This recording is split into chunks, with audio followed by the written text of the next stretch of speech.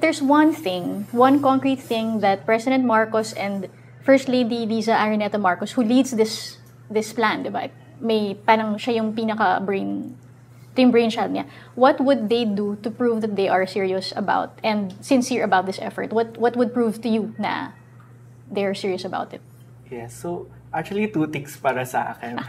Una, syempre kailangan institutionalize kasi yung problema nga kanina na di-discontinue yung mga projects, kailangan hindi lang siya simpleng papogi na pag-election na, pagkatapos sa election, mawawala. So, kailangan ma-institutionalize siya. At para ma-institutionalize siya, isang mahalagang bahagi rin doon, yung pangalawa ko naman sagot is, kailangan ma-consult talaga yung mga community sa paligid niya. Kasi, katulad sabi ko kanina, hindi naman gagana isang proyekto pag hindi naman to ginamit o hindi naman to sinosolve yung kung ano ba mga problema ng communities. For example, kakulangan sa open spaces, yung mga bata, minsan pa nga doon sa mga kalsada na pa-practice kasi wala sila open spaces.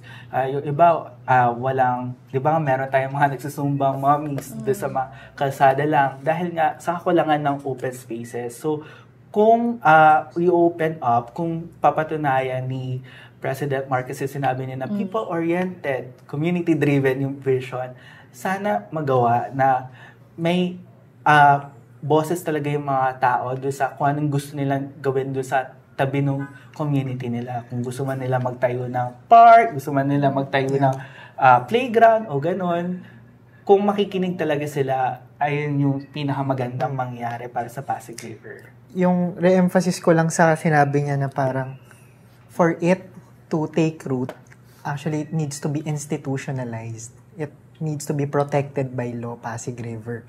Na open siya for nature sustainably developed. Tapos dapat yung laws na yun should make it hard for it to be co-opted for things or developments that are not people-centric. So, it elevates the importance of Pasig River from local to of national significance. Kailangan ipakita talaga natin na, sobrang importante ng Pasig River. And you need to overturn the laws, which is much harder versus what we have now na mga guidelines lang.